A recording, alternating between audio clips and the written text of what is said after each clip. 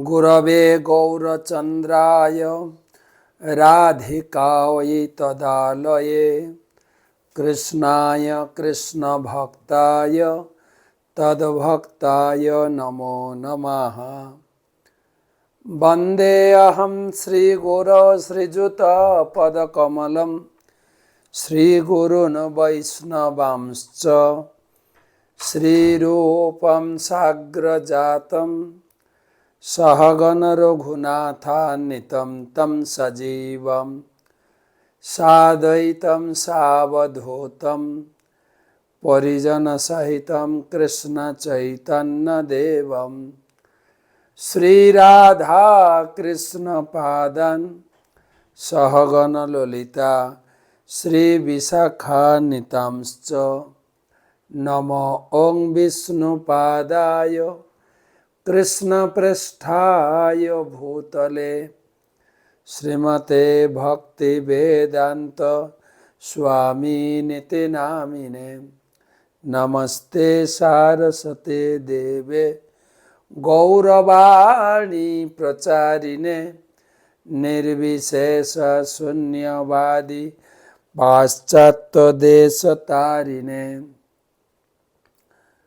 हरतां संसारं दुततरम् असारं मधुपते वितमित जादव जादवपते जगन्नाथ स्वामी नयन पथगामी भवतु मे। जय श्री कृष्ण चैतन्य प्रभु नित्यानंद श्री अद्वैत गदाधर श्रीवासादि श्री गौर भक्तबिंद। हरे कृष्ण कृष्ण कृष्ण हरे हरे, हरे राम राम राम हरे हरे।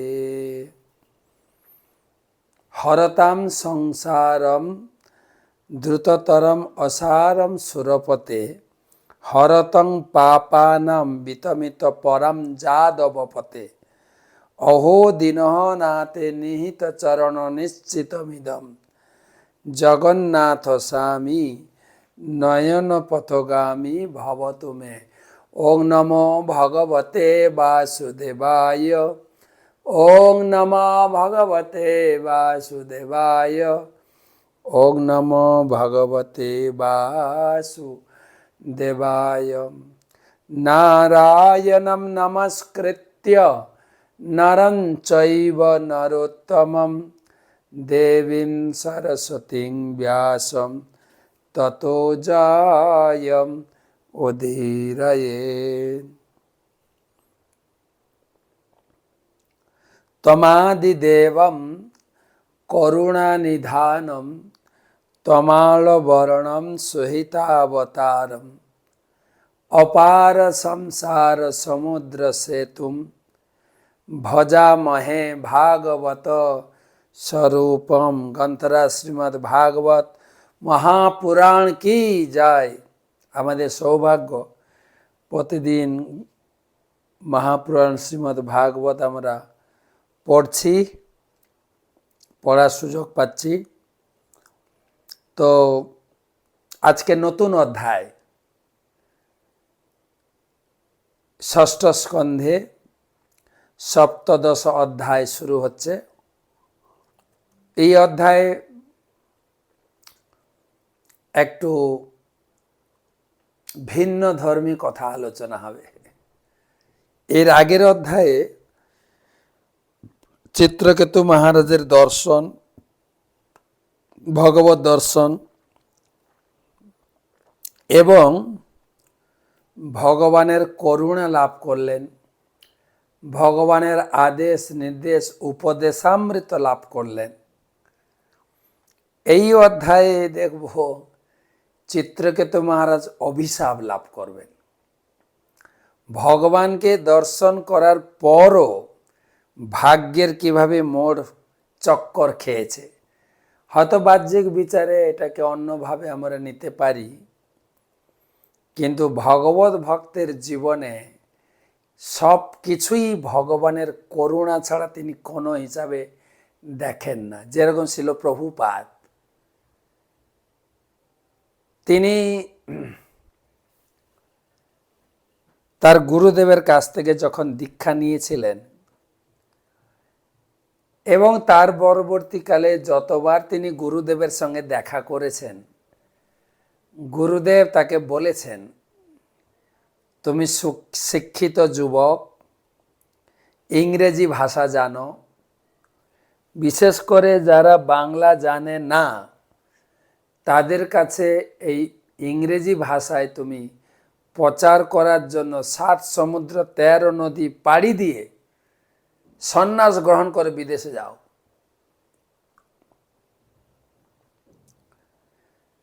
তো সেটা তো মাথায় একটা ছিল, কিন্তু বেরোতে পারছিলেন না। ভগবান বেরোনোর সুবিধা করে দিলেন। কিভাবে জানেন? তার যে বড় ব্যবসা ছিল প্রয়াগে, তখন এলাহাবাদে, প্রয়াগে, তার প্রভুপাদ কলকাতার বাড়িতে এসেছিলেন। খবর পেলেন তার স্টাফেরাই, মানে দোকানের যে স্টাফ থাকে না, তারাই ছিল প্রভুপাদের সমস্ত জিনিস চুরি করে শেষ করে দিয়েছেন। যখন প্রভুপাদ এটা শুনলেন তখনই টনক নড়ে গেল।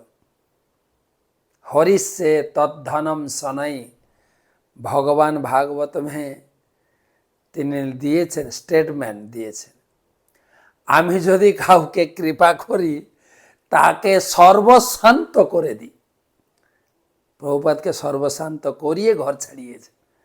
তো এখানেও দেখবো চিত্রকেতু মহারাজকে অভিশাপ দিচ্ছেন পার্বতী। দেখুন, যে ভগবানকে দর্শন করেছেন, ভগবানকে নিজের চোখে দর্শন করেছেন, ভগবানের মুখনামৃত কানে যে আস্বাদন করেছেন, ভগবানের দেহের সৌরভ যিনি নাকে শ্রবণ ঘ্রাণ নিয়েছেন,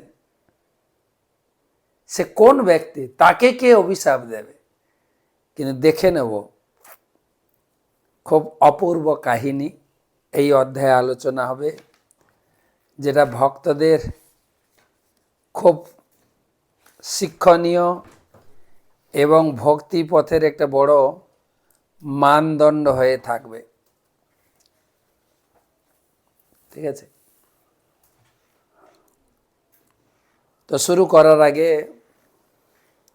গুরুদেবের চরণে প্রণাম নিবেদন করে তার অহেতুকী কৃপা আশীর্বাদ প্রার্থনা করি।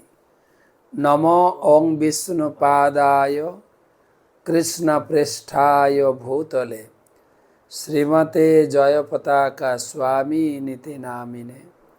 নমো আচার্য পাদায় নিতাই কৃপা প্রদায়িনে গৌর কথা ধামদায় নগর গ্রামতারি। তো আমরা ব্যাঙ্গালোরে রয়েছি, ভালোভাবে কাটছে, ওয়েদারও খুব ভালো। বিশেষ করে গুরু মহারাজের সান্নিধ্য সকাল থেকে একবেলাই লেগে যায়। ভোরে মঙ্গল আরতি করে আমরা পৌঁছে যাই গুরু মহারাজের কাছে। সেখানে বসে ধন্বন্তরী মন্ত্র, নরসিংহ মন্ত্র 108 বার করে জপ, 16 মালা জপ, তারপরে গুরু মহারাজের সেবা শুরু হয়, স্নান, তারপর মেসেজ, মেডিকেশান, তারপরে চৈতন্য চরিতামৃত পাঠ, এইসব করতে করতে মোটামুটি 11টা, 11:30 বেজেই যায় গুরু মহারাজের কাছে। এবং খুব ভালো লাগছে, ধীরে ধীরে গুরু মহারাজ সুস্থের দিকে এগোচ্ছেন। একটু এনার্জি কম আছে, কিন্তু ভালো ভালো লক্ষণ দেখা যাচ্ছে। তো ভাগবত পড়ার আগে ছোটোখাটো দুটো প্রশ্ন আছে, করে নিই। প্রশ্ন করেছেন আমাদের কলকাতা থেকে সোমা পণ্ডিত। হরে কৃষ্ণ মহারাজ, আমি কলকাতা থেকে সোমা পণ্ডিত। আমাদের একটি জপমালা ছিঁড়ে গেছে, আমরা কি জপমালা ঠিক করে আবার জপ করতে পারি? আমাদের জপমালা না, জপমালা যে যার ব্যক্তিগত। আপনার যদি জপমালা ছিঁড়ে থাকে, আমাদের গুরুদেবের আদেশ হচ্ছে যারা মালা তৈরি করে তাদের কাছে দিয়ে নতুন করে গেঁথে নেবেন নতুন সুতো দিয়ে। যদি দু একটা গুটি ভেঙে যায় বা নষ্ট হয়ে যায় চেঞ্জ করে দেয়। টোটাল 108টা গুটি দিয়ে সুন্দর করে গেঁথে আবার জপ করা শুরু করেন। পুরাতন মালা যতদিন রাখতে পারবেন ভালো হয়। তারপরে বাংলাদেশ থেকে আমার একটা প্রশ্ন আছে, মোবাইল দেখে জব করার প্রবণতা বাড়ছে, কি করে কমাতে পারে? সহজ উপায়, মোবাইলটা না ব্যবহার করা হলো। যতক্ষণ জব করবেন মোবাইলটাকে বন্ধ করে রাখেন। এটা তো আলাদা কোনো টেকনিক বা টনিক নেই। কিন্তু রূপক গোস্বামীপাদ বলেছেন, কিন্তু আদরাত খলু শৈব জুষ্টা ক্রমাদ ভবতি তদ্গত মূলহন্ত্রী। যদি আমরা জপের প্রতি আদর করি, মালার প্রতি আদর করি, ভগবানকে যদি ভালোবাসি, তাহলে এগুলো বাদ যাবে। মোবাইলের প্রতি ভালোবাসা কমিয়ে ভগবানের প্রতি। তবে মোবাইলের প্রতি যদি আপনার ভালোবাসা থাকে রাখুন, যে কতক্ষণ জব করবেন মোবাইলটাকে বন্ধ করে অন্য জায়গায় রেখে দেন, তাহলে এখান থেকে বেরোতে পারবেন। আর আলাদা কোনো টেকনিক নেই। কিন্তু বাংলাদেশ থেকে আরেকটা প্রশ্ন এসছে, বসুদেবের কতজন পত্নী? কোথাও লেখা আছে 18 জন, কোথাও বলছে 16 জন, কোথাও বলছে 9 জন। যে কজন হোক, এটা নিয়ে আমাদের কোর্টে কেস করার দরকার নেই। 9 জন হোক, 11 জন হোক, ভগবানের পিতা বসুদেব, আমি কোথাও শুনেছি 16 জন, আমি ওটাই গ্রহণ করেছি। আর যদি কোথাও বিতর্ক থেকে থাকতে পারে, ওই কজন কম বেশি নিয়ে আমাদের যায় আসে না।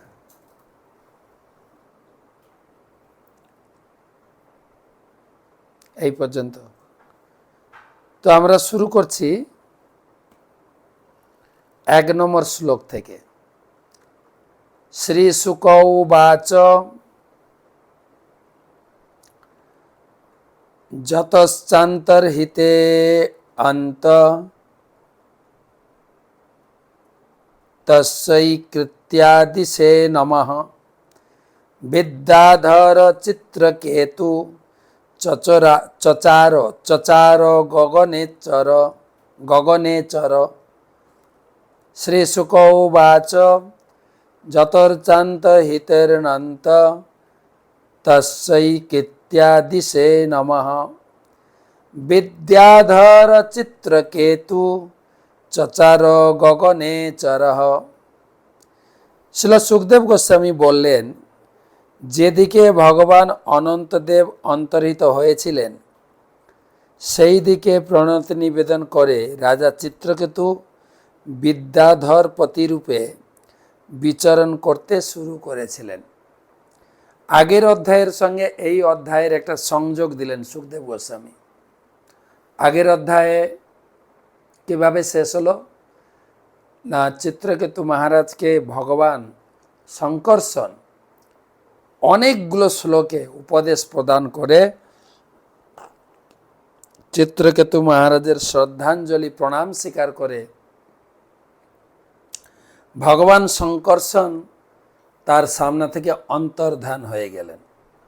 সেখান থেকে এই অধ্যায় শুরু হচ্ছে। যেই দিকে অন্তর্ধান হয়েছিল ওই দিকে আবার প্রণাম জানিয়ে ভগবানকে, তিনি ভগবানের আদেশ নির্দেশকে হৃদয়ে ধারণ করে সবসময় ভগবানের নাম কীর্তন জপ স্তুতি নিয়ে থাকতেন। এবং বিদ্যাধরের প্রতিরূপে তিনি সিদ্ধ মুনি চানরদের নিয়ে তিনি ভ্রমণে বের হলেন। सलक्ष्मं वर्षलक्षाणाम् अव्याहत बलेन्द्रिय स्तूयमानो महायोगी मुनिभिः सिद्धचारणै कुलाचलेन्द्र दोणीषु नाना संकल्प सिद्धिषु रेमे विद्याधर स्त्रीभिः गापयन् हरिमीश्वरम्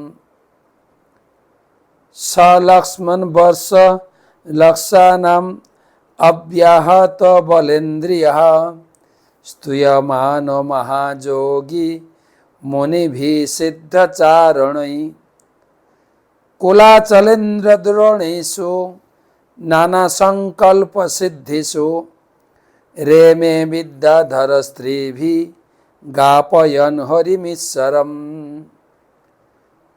2 এবং 3 একসঙ্গে অনুবাদ। মুনি, সিদ্ধ ও চারণদের দ্বারা সংস্তুত হয়ে মহাযোগী চিত্রকেতু লক্ষ লক্ষ বছর ধরে ভ্রমণ করেছিলেন।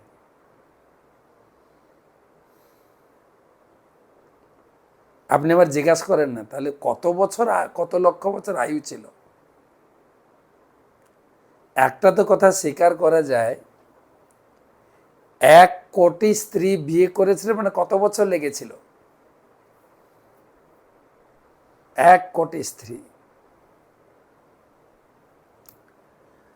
তো লক্ষ লক্ষ বছর ধরে ভ্রমণ করেছিলেন। কিভাবে?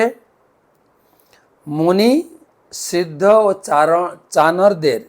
চারণদের দ্বারা সংস্তুত হয়ে তারা তাকে সম্মান অর্থাৎ বিশাল প্রসেশন শোভাযাত্রা সহকারে তিনি পৃথিবী পর্যটন করেছিলেন, যেখানে ওনাকে মুনি, ঋষি, যোগী, সিদ্ধ আর চারণগণ তাকে সবসময় আরাধনা করতেন। তার তার তার মহিমা কীর্তন করতে করতে ভ্রমণ করছে। তাতে তার বল ও ইন্দ্রিয় অক্ষুণ্ণ ছিল, বুড়ো হয়ে যায়নি। কিন্তু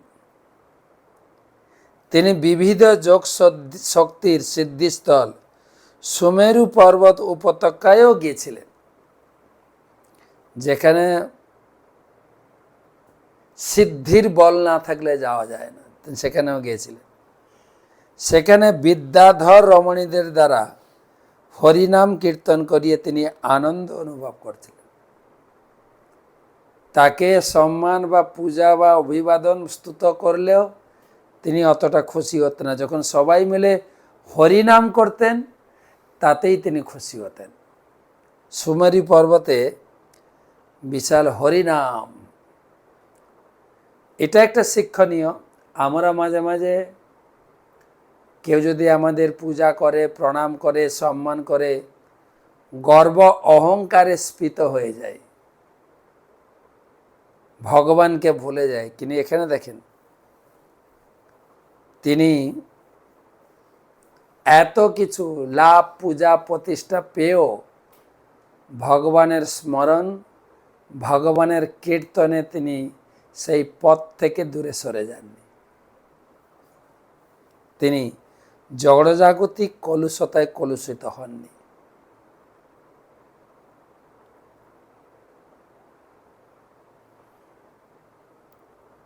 একদা স বিমানেন বিষ্ণু দত্তেন ভাস্বতা গিরিশম দদৃশে গচ্ছন পরিতম সিদ্ধচারণৈ আলিঙ্গাঙ্খি কৃতম দেবী বাহুনা মুনি সংসদি উবাচ দেব্যা শৃণ্বন্ত্যা উহাসচ্চৈতদন্তিকে।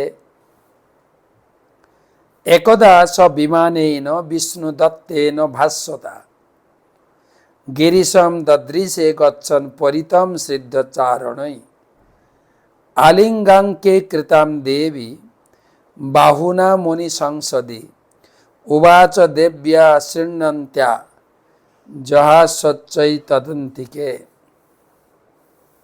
অনুবাদ: একসময় রাজা চিত্রকেতু যখন বিষ্ণু প্রদত্ত দীপ্তিমান বিমানে অন্তরিক্ষে বিচরণ করেছিলেন, সেই সুমেরু পর্বত সহ বিভিন্ন দিকে ভ্রমণ করতে করতে একটা সিন দেখতে পেলেন, যেখানে ভাগবত পাঠ হচ্ছে, পাঠক হচ্ছেন শিব ঠাকুর। শিব ঠাকুর বড় বক্তা কিন্তু, আর খুব বড় শ্রোতাও। যে বেশি শুনে সেই ভালো করে বলতে পারে, বক্তা শ্রোতা। এবং সেই সবাই বড় বড় মুনি ঋষি যোগীরা বসে আছে। কিন্তু ভিন্নতা ছিল এটাই, শিব ঠাকুর বক্তা, কিন্তু তিনি পার্বতীকে অঙ্কে রেখে বাম হাত দিয়ে জড়িয়ে ধরে ভাগবত কথা বলছেন। এটাই অনুবাদে লিখছেন। এক সময় রাজা চিত্রকেতু যখন বিষ্ণু প্রদত্ত দীপ্তিমান বিমানে অন্তরিক্ষে বিচরণ করেছিলেন, তার মানে যে বিমানে তিনি ভ্রমণ করেছিলেন সেটা ভগবান বিষ্ণু দিয়েছিলেন, শঙ্কর্ষণ দিয়েছিলেন। তখন তিনি সিদ্ধ ও চারণগণ পরিবেষ্টিত মহাদেবকে দর্শন করেছিলেন। মহাদেবও সভা আলোকিত করে উচ্চ আসনে বসে আছেন, যার সভায় ভাগবত ক্লাসের শ্রোতা ছিলেন সিদ্ধ, চারণ এবং বড় বড় মুনি ঋষি, মহর্ষি, দেবর্ষি, ব্রহ্মর্ষি তারা ছিলেন। মহাদেব মহর্ষিদের সভায় পার্বতীকে অঙ্কে ধারণ করে তার বাহুর দ্বারা আলিঙ্গন করেছিলেন। স্ত্রীকে কোলে বসিয়ে আলিঙ্গন করে ভাগবত পাঠ করছেন। তা দেখে চিত্রকেতু মহারাজ হাস্য করে যাতে পার্বতীর শ্রুতিগোচর হয়, আর পার্বতী তখন রেগে এইভাবে অভিশাপ দিয়েছে। অভিশাপটা আমরা কালকে না পরশু দিন পড়ব। কালকে তো বৃহস্পতিবার, কালকে আমরা চৈতন্য সুধা মাধুরী আমরা আলোচনা করব। তো পরশু দিন আসবে পার্বতীর অভিশাপ। এই অভিশাপটা কিসের জন্য সেটা আজকে বর্ণনা করা হলো। কিরকম ব্যাপারটা হয়ে গেল না? ভগবানকে দর্শন করলেন, ভগবান তাকে পরিভ্রমণ করার জন্য বিমান দিয়েছেন এবং তিনি তার পারিষদবর্গ পরিবৃত হয়ে ভ্রমণ করছেন। ভগবানকেও ভুলে যাননি, হরিনাম সংকীর্তন চলছে এবং ভাগবত পাঠের আসরে পৌঁছে গেছেন। ভাগবত পাঠ হচ্ছে কোথায়? সিদ্ধলোকে। এবং যেখানে মুনি ঋষি যোগীরা বসে শুনছেন, সুমেরু পর্বতে। কিন্তু স্পিকারের সিনটা ছিল অন্যরকম। তিনি কোলে স্ত্রীকে জড়িয়ে ধরে ভাগবত পাঠ করছেন, আর তার সেই ভাগবত পাঠ বড় বড় সিদ্ধ, যোগী, মুনি, ঋষি, চারণ সবাই শুনছেন।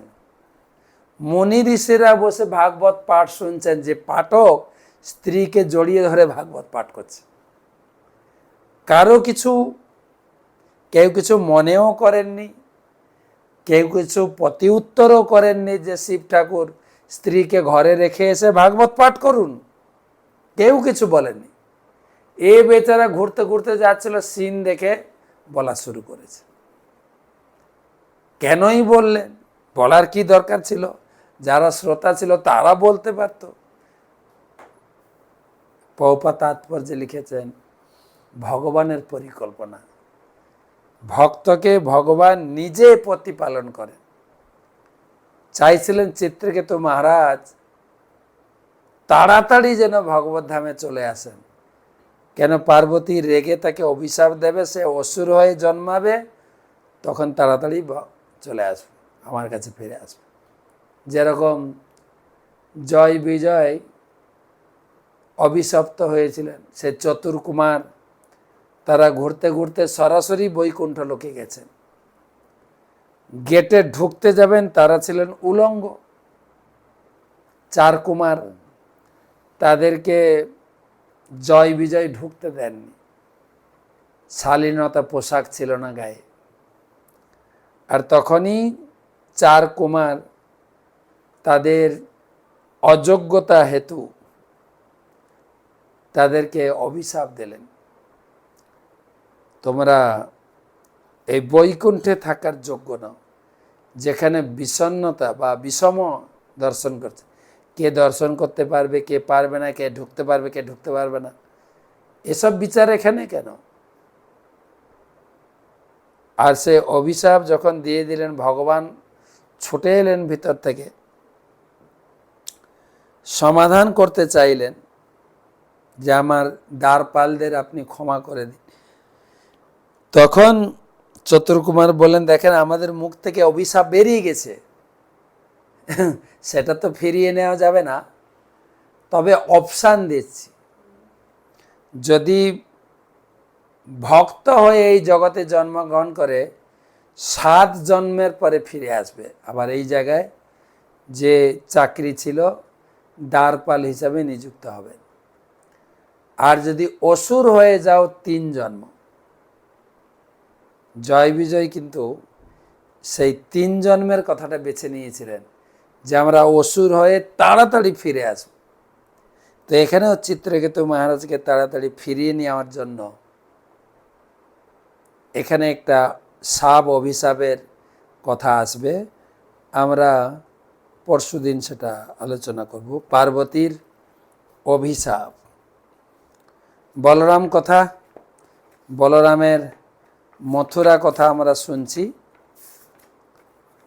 নমস্তে তো হল গ্রাম, নমস্তে মুসলায়ুধ, নমস্তে রেবতী কান্ত, নমস্তে ভক্তবৎসল, নমস্তে বলিরাম শ্রেষ্ঠ, নমস্তে ধরণীধর, পলম্বারে নমস্তেস্তু, ত্রাহি মাম কৃষ্ণ পূর্বজ।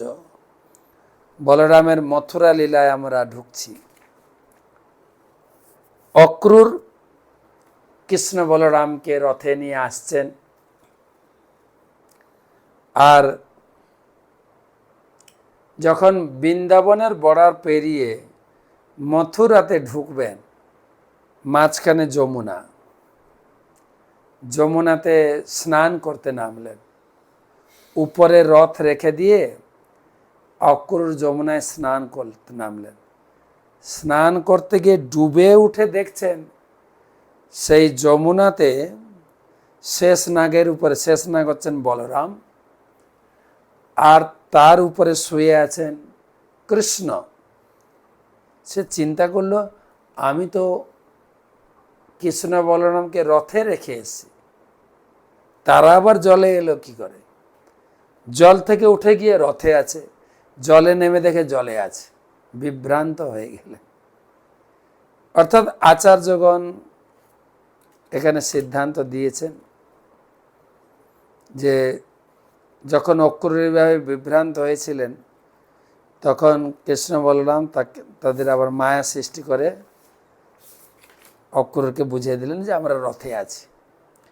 এখানে একটা তত্ত্ব দিয়েছেন যে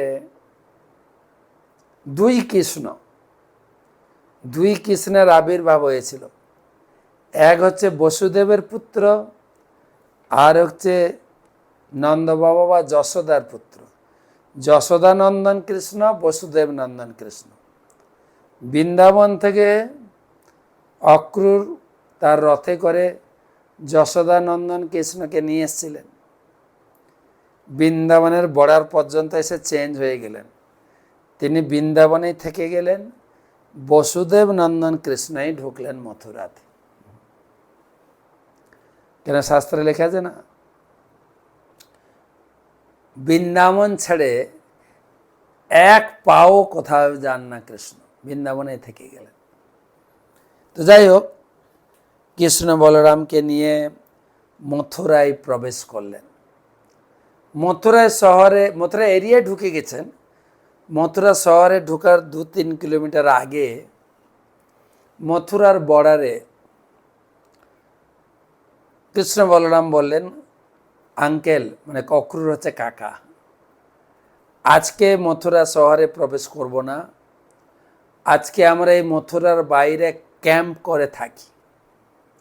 তুমি গিয়ে খবর দাও কংসকে যে আমরা এসে গেছি। তো অক্রুর চলে গেলেন। এরা বাইরে সবাই কৃষ্ণ বলরাম, বৃন্দাবনবাসী, নন্দ, যশোদা, উপানন্দ যারা যারা গেছেন বাইরে ক্যাম্প করে আছেন, গরু গাড়ি সব লাগিয়ে রান্না বান্না খাওয়া দাওয়া। সন্ধ্যার সময় কৃষ্ণ বলরাম দুজন মাত্র তারা মথুরা শহর দেখতে গেলেন। সব খবর হয়ে গেছে রেডিওতে, পেপারে, নিউজে, টিভিতে, যে সেই বৃন্দাবনের হোমড়া চমড়া কৃষ্ণ বলরাম তারা এসছেন। আর সে বিশেষ করে মথুরা রমণীরা সেই কৃষ্ণের কথা, নম পঙ্কজ নাভায় নম পঙ্কজ মালিনে নমস্তে পঙ্কজাঙ্গ্রয়ে, এই পদ্ম সদৃশ তার প্রত্যেকটি অঙ্গ সেই কৃষ্ণের কথা তারা খুবই শুনেছেন। যে কোনো নারী ব্যক্তি কৃষ্ণের মহিমা শুনে তার প্রতি আকৃষ্ট হয়ে যায়। বহু কথা কৃষ্ণের কথা শুনেছেন, তারা এখন নিজের চোখে কৃষ্ণ বলরামকে দেখবেন। তারা খবর পেয়েছে এই কৃষ্ণ শহরের মধ্যে ঢুকেছেন। প্রত্যেক রমণী ঘর থেকে, তারা তো রাস্তায় নামেননি, ব্যালকনি বারান্দায় দাঁড়িয়ে অধীর আগ্রহে বড় বড় চোখ করে দাঁড়িয়ে আছেন কৃষ্ণ বলরামকে নিজের চোখে দেখব।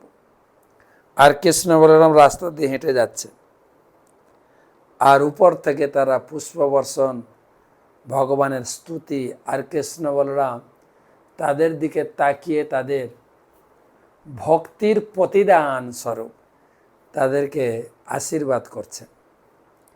কিন্তু জাগতিক স্তরে দেখতে গেলে বোঝা যায়, যেরকম কখনো দেখবেন শহরে যদি গ্রামের ছেলে মেয়ে ঢুকে, তারা শুধু দেখতে থাকে কত বড় বড় বিল্ডিং, মনে হচ্ছে কৃষ্ণ বলরাম তো গ্রাম থেকে এসছে না, নন্দগ্রাম, তারা উপর থেকে এরকম দেখছে।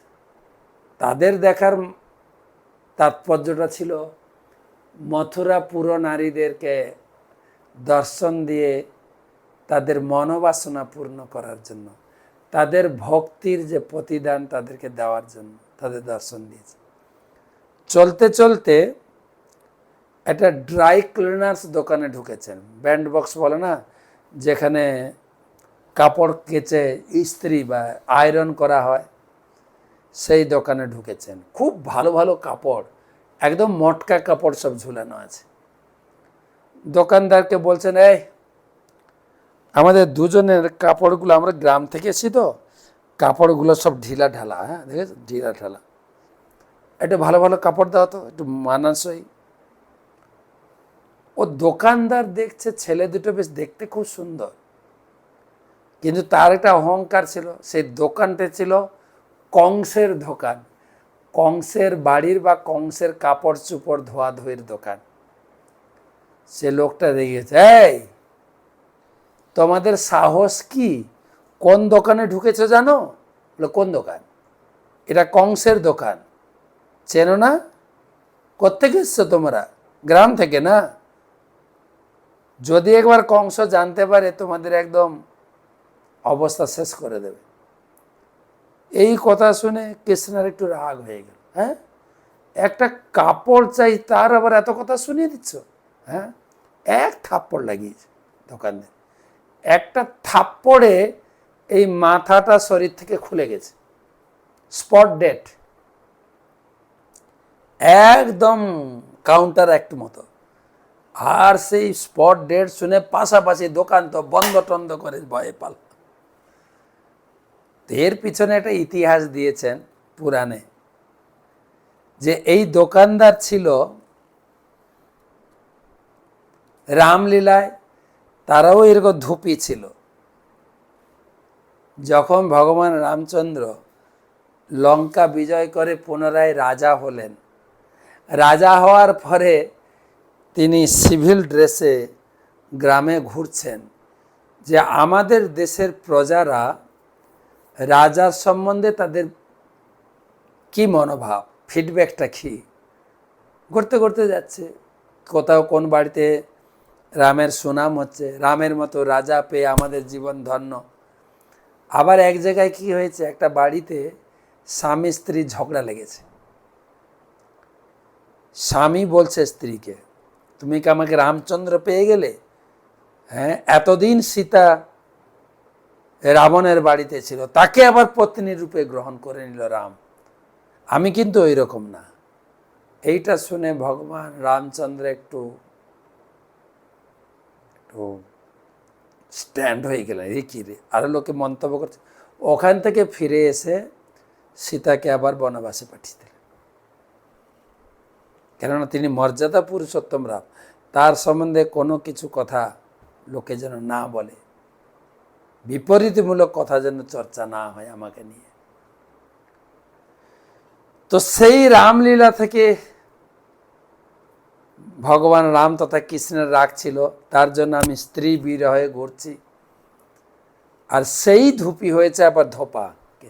শুনেন, কৃষ্ণ এসছেন পুরো টিম নিয়ে, ভগবান যখন এই জগতে আবির্ভূত হন পুরো টিম নিয়ে, সেই টিম নিয়ে এসছে।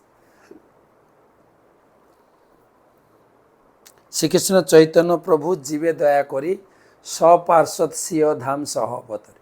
একই টিম যুগে যুগে লীলা করেন, আর যার যে রোল সেটাই করেন। এই ধোপা এখানেও ধোপা। সেই ত্রেতা যুগ থেকে রাগটা ছিল তো হাতে, দেখবেন আগে থেকে যদি কারোর উপর রাগ থাকে না, হাতের চটটা কিন্তু শক্ত হয়ে যায়।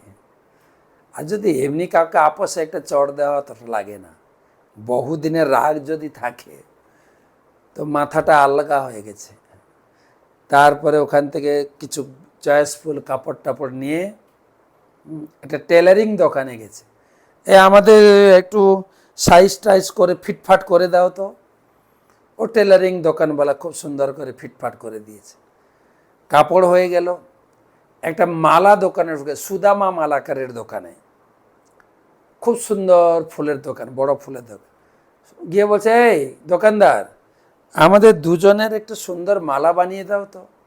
আর সুদামা মালাকার ছেলে দুটোকে দেখে এত ভালো লেগেছে, খুব ভালো ভালো ফুল চয়েস করে নিমেষের মধ্যে তাদের ড্রেসের সঙ্গে তাদের শরীরের কালারের সঙ্গে ম্যাচিং করে দুটো ভালো মালা বানিয়ে দিয়েছেন, সুগন্ধি মালা, খুব ভালো লাগছে, গর্জিয়াস। সেই মালা পরে, কাপড় পরে, মালা পরে চলছেন, যেতে যেতে এখন ড্রেস হয়ে গেছে, মালা হয়ে গেছে, এবারে চন্দন লাগবে। মালা চন্দনে সাজাবো তোমারে, মালার সঙ্গে চন্দন ম্যাচিং করতে হবে। এবার আস্তে আস্তে যেতে যেতে দেখছেন একটা ক্রসিং, মাথায় ক্রসিং মানে 4 মাথার ক্রসিং। কৃষ্ণ বলরাম যাচ্ছেন, একজন কুবজা লাঠি হাতে নিয়ে হেলে দুলে তিনি যাচ্ছেন, অনেক কষ্ট করে। তো একদম কৃষ্ণ বলরাম তার সামনে দাঁড়িয়ে পড়েছেন। কৃষ্ণ বলছেন, ওগো সুন্দরী, যাচ্ছ কোথায়? এখন বলুন তো, একটা কুবজা লোককে দেখতে আগলি, তাকে যদি সুন্দরী বলে ডাকেন, সে খুশি হবে না রেগে যাবে? ও ওখান থেকে দাঁড়াতে পারছে, ওখানে দেখছে। তোমরা দুজন তো দেখতে রাজকুমারের মতো, ভদ্র বাড়ির ছেলে, এরকম ইনসাল্ট করছো কেন, অপমান করছো কেন? কৃষ্ণ বলছেন, অপমান করলাম কোথায়? এই যে আমাকে সুন্দরী বলছো। তখন কৃষ্ণ বলছে, আরে তুমি তো আমার চোখে সুন্দরী, কে বলছে তোমাকে অসুন্দরী?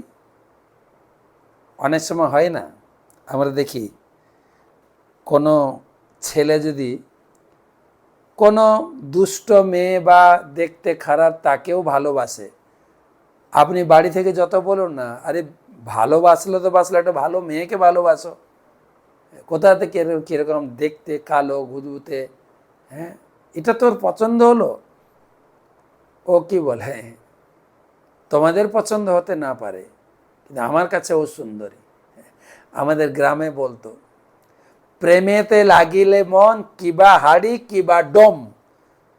যদি প্রেম লেগে যায় তো কৃষ্ণ তো প্রেম লেগে গেছে। কৃষ্ণ বলছেন, আরে তুমি তো আমার কাছে সুন্দরী। আচার্যগণ ব্যাখ্যা করছেন, আত্মা যেহেতু ভগবানের অংশ, সবসময় সুন্দরী। তবে আমাদের এই পোশাকটা, দেহের পোশাকটা কর্ম অনুযায়ী পাই, কেউ ভালো পোশাক, কেউ খারাপ পোশাক, কিন্তু আত্মা তো সুন্দর। তো যখন কৃষ্ণ বললেন তুমি তো আমার চোখে সুন্দরী, তখন তো কুবজা খুব খুশি হয়ে গেছে।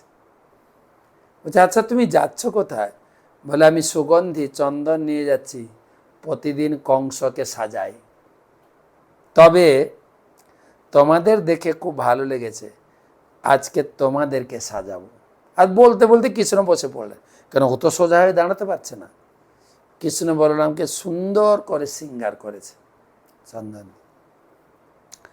আর কৃষ্ণেরও তো একটা কিছু কর্তব্য থাকে, তো যেহেতু আমি সেবা নিয়েছি তাকে কিছু সেবা দিতে হবে। গীতায় বলেছেন নেহাবি ক্রমণা স্বস্তি প্রত্যাবায় ন বিদ্যতে স্বল্পম অপস্য ধর্মস্য ত্রায়ুত মহত ভয়।